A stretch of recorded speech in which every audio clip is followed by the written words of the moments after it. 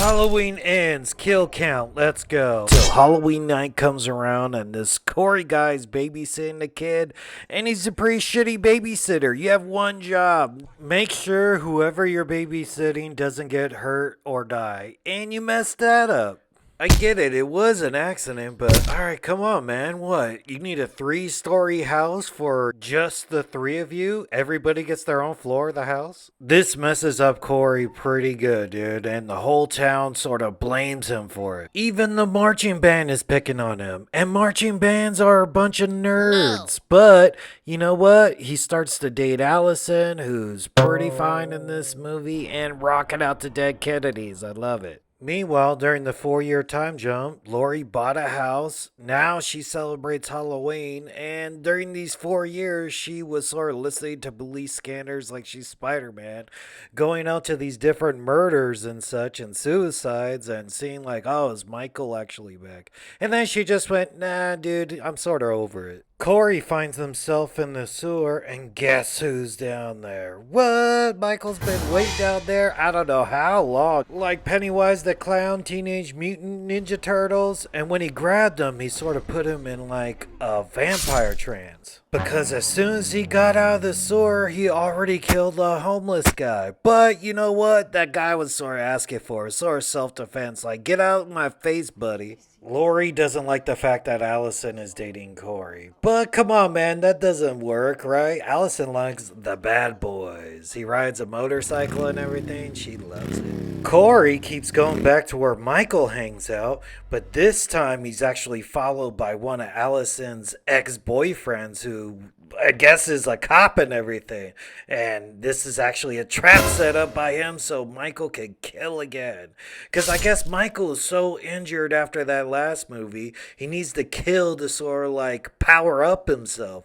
It's almost sort of like Popeye with his spinach. He seems almost like he could barely move. It's like, oh man, he has not hit the gym in 4 years, or a little bit of ring rust. Or the bum actually says he's been killing a couple of people, but maybe he needs a good like stabbing like that to gather some health points.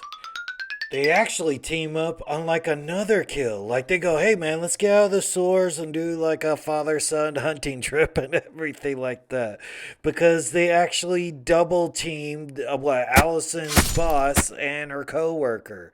And you see like, what the hell, dude? Corey's wearing the scarecrow mask. And it's like Corey accidentally gets his hand stuck and it's like, rule number 1, kid, don't get yourself locked outside. And it seems like Michael's pretty strong. He got his strength back if he can lift his girl up with one hand and bring back like one of his old school kills, like the Bob kill from part 1. And it's not a complete Bob tribute kill unless you do the head tilt. There you go. And this is great. This is almost like Corey actually being more like Mark in Fear. Like, she has me now. Like, oh man, he's going full on psycho, having the speech with Laurie. And boom, dude, you're crazy. She was never even there. And this is so brazen of Corey, dude. Corey straight up goes in this sewer, out wrestles Michael Myers, and takes his mask. I guess he didn't want to wear the scarecrow mask. He's like, give me that mask to me. And dude, that boy has some squabbles too. Like maybe he was on the wrestling team or something. Or Michael didn't go full force with it. It's almost like wrestling your dad is like, all right, fine, I'll let you win a little bit. And this scene straight out of Christine where they all get their comeuppance. Corey's bullies from the beginning are all getting theirs, dude. So the driver gets killed first and then the tow truck starts up. Oh, this is all their fault too. They broke and entered and they were ran that girl over. They were trying to wreck his bike and everything. Went into this guy's property. And you could sort of tell by how quick this guy moving. You're like, oh man, dude, it looks like Corey's actually doing a pretty good job as Michael. Maybe sort of like the Max actually gives him like some super strength too. The junkyard is actually owned by his stepdad who actually sees him right there like, Corey, what the hell are you doing? Damn, he sort of took a bullet for Corey and everything. But, you know, he gave that guy his gun, so it's sort of on you for doing that. Don't give a stranger a gun. Then the bullies actually know. It's like, oh no, they're dead. Boom, knocks this guy out. Then, oh man, gets the torch to the mouth. I guess after Corey finished defeating all his bullies in one fell swoop, I guess he went, you know what else bullies me? My mother. Let me go visit her. She was really overbearing in a couple of scenes. It's like in one scene actually slapped and kissed him, so there she had to go. Corey's settling all his grudges and everything. He's like, oh yeah, that DJ talked a little shit to me and Allyson. Dorsey, the mailbag lady, actually gets killed in the background here, if you notice. See, look at that. It's sort of blurry, but that's a death.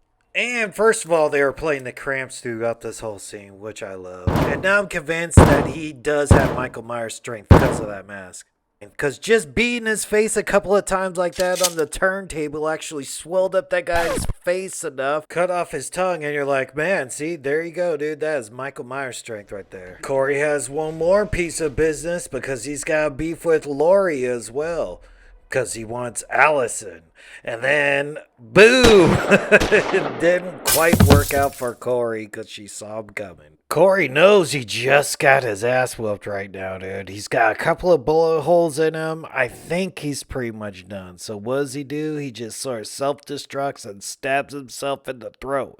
And then Allyson finds Laurie hanging over him with a knife. But come on, Allyson, put the facts together, dude. He's in like mechanic overalls, wearing a Michael Myers mask. Put two and two together. Michael's stoked about it because he's like, cool, I get my mask back.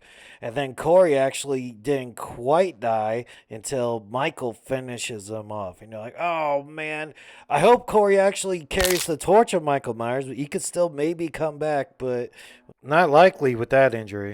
Oh man, she stabs him in the infected hand. And here's the big old kitchen thing. Oh man, it stabbed him in his good hand. So now he's sort of pinned down and Laurie's got the best of him right there. And then she took off Michael's mask. That's more for us because we're like, yeah, Laurie, we saw you do that in H2O when it wasn't him. But now you go, all right, dude, that's him for sure, not a paramedic. Then Michael rips his good hand actually like in half and still has enough grip strength with like a half flipper hand until Allyson comes and saves the day and breaks his arm because you're like, oh man, they were so close to both dying in that moment, which we thought could be an ending. Then they chose to sort of bleed Michael from everywhere. Make sure Michael sort of bleeds out. And there you go, dude. 44 years and after the original. And that's how he ends. I wonder what's going to happen to that Max. Allyson goes, hey, he's not dead enough. You're like, not dead enough? Oh, you mean we got to tie him to the roof of our car, drive him around town like a parade of, hey, look, we finally killed Michael Myers. Hey, mob, let's all get the whole town over to the junkyard and throw Michael's body into the car compactor. And Laurie finishes her book, and that's how Halloween ends.